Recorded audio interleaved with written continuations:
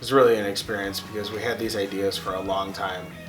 Like West is at least 7 years old now this year, and So It Goes, and what is another song? The main parts of the song Reverie are about 6 years old at this point, and we've been holding on to these ideas for a long time. So we finally were able to be like, all right, we have all these songs in the back burner. Let's clear off the back burner and like really figure something out with this. And it turns out we wove them all together to be one long concept, and we wrote that as we went. So it was really a process, taking step by step, but it was a good time. It was a lot of fun to put it all together.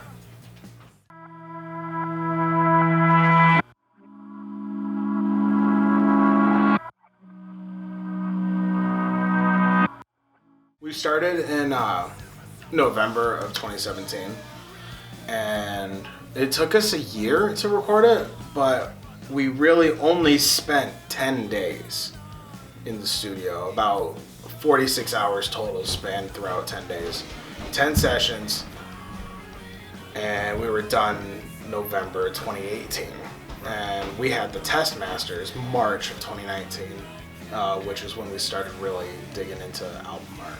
So a long time, but really not a lot. If we were given 2 weeks to really do this, honestly, I think we can knock an album out in 14 days, and I think the next one is going to be knocked out in 14 days. I'd like that.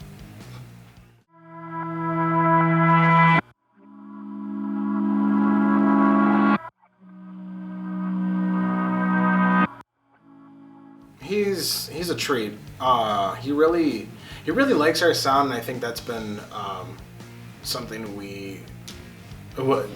that worked in favor for us, because we would try something, we would try to do a certain thing or push ourselves one way or another, and if we missed the mark, he would immediately know what we were going for, and he would coach us to get to that point.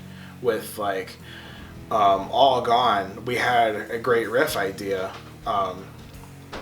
and he added these panic notes like, hey, you know what I think would sound good right here? Just play this and that, and then go from there, try your own thing. And we did, and that little flavor he added to our song was just the right thing, and we loved it. So we took that, we used that for the album, and he really helped everything. We tried a lot of different styles, and he saw what we were going for. He kept up, and it was really cool to have him on our side working with us.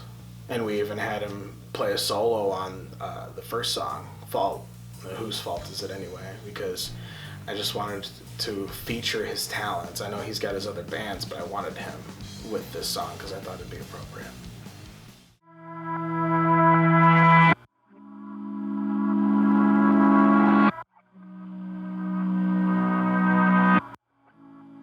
Comparing the new album with our first album, it's not comparable, because the first album is a conglomeration of songs that we really wanted to play, that we wrote when we were teenagers. We were having fun with them.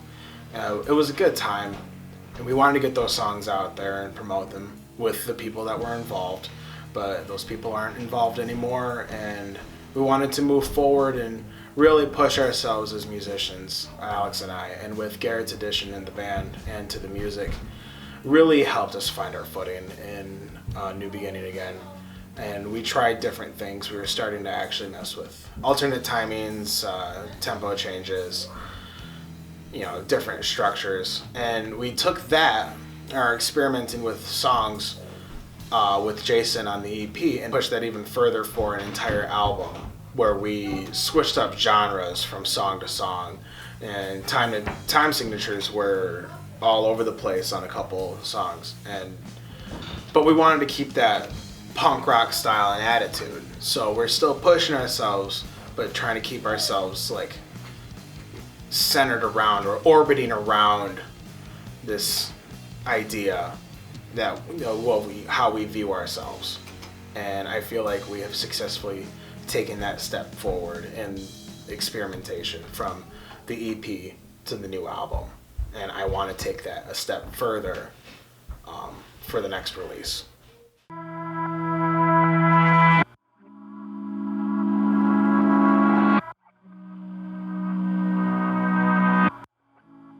I don't know about a fun experience to record, because they were all really fun.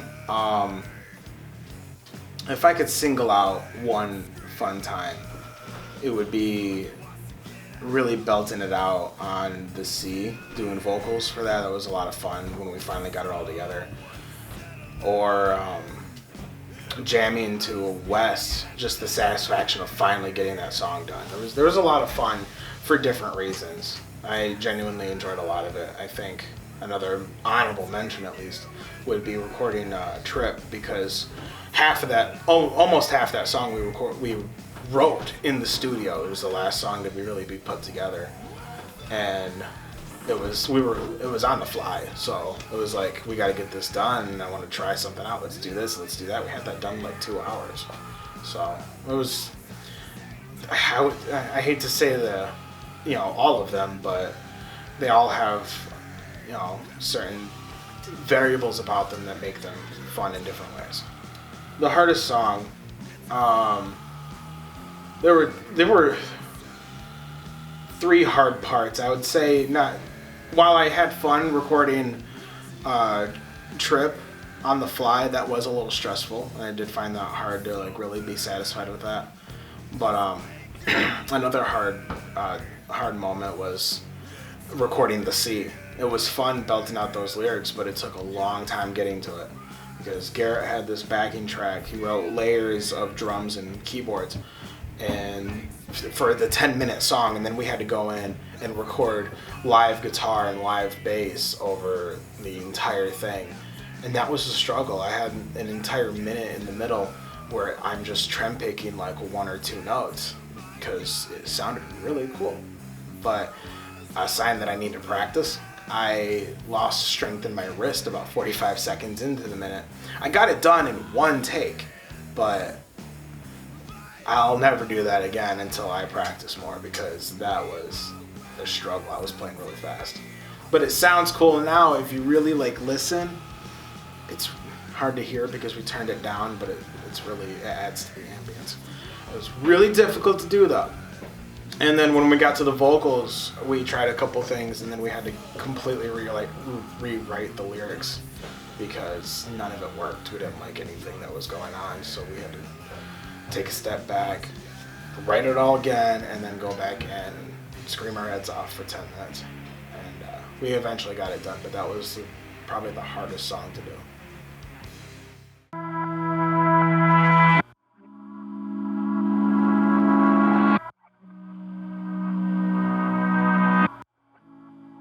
The song I'm looking forward to play live, it was definitely So It Goes, because out of all the songs, I get to take a backseat on vocals and just shred on guitar, and that one's really fun. It's in your face, it's got a lot of different parts moving, and it's just really fun. And when it kicks into that slower middle section before the breakdown, it's just, all of it's fun, and I'm really looking forward to that one because I get to interact with the crowd more since I'm not glued to a mic.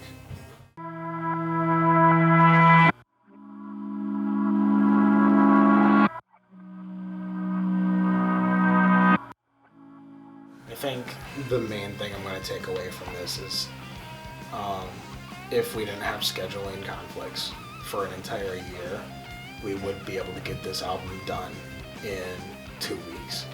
And I'm really proud of that because we went in, we got most of it done. A couple things needed rewrites, and those fell into place as they did. But overall, we could have done this album in a lot quicker of time. And I really want to prove to ourselves that we can get an album done quicker the next time around, because I'm very proud of what we did, and I want to do it again, but I want to really challenge ourselves on that.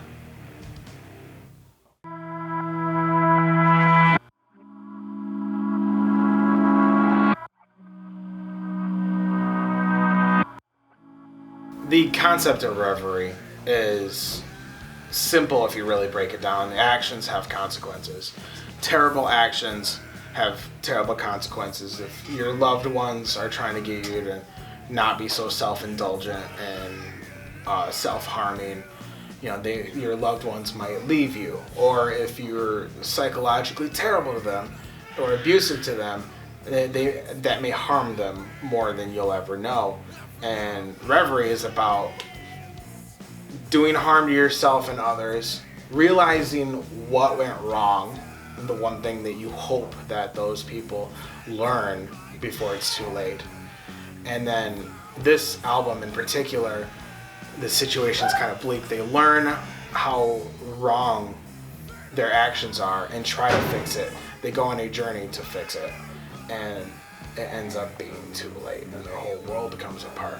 And these songs build off of each other to create that, but at the same time, some of the songs have double meanings, because the C simultaneously is about, your internal world crumbling around you to these realizations. And it's also written thematically about the movie 2012, because I like the post-apocalyptic style of it. So it's literally about that, but metaphorically about your own world falling apart.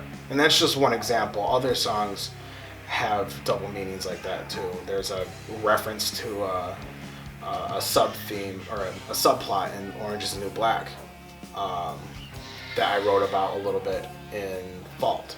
So there's, give or take, there's a lot going into the ideas. It's a loose concept, but the idea is still there. We still have themes going on, East and West being repeated throughout, kind of cements itself there.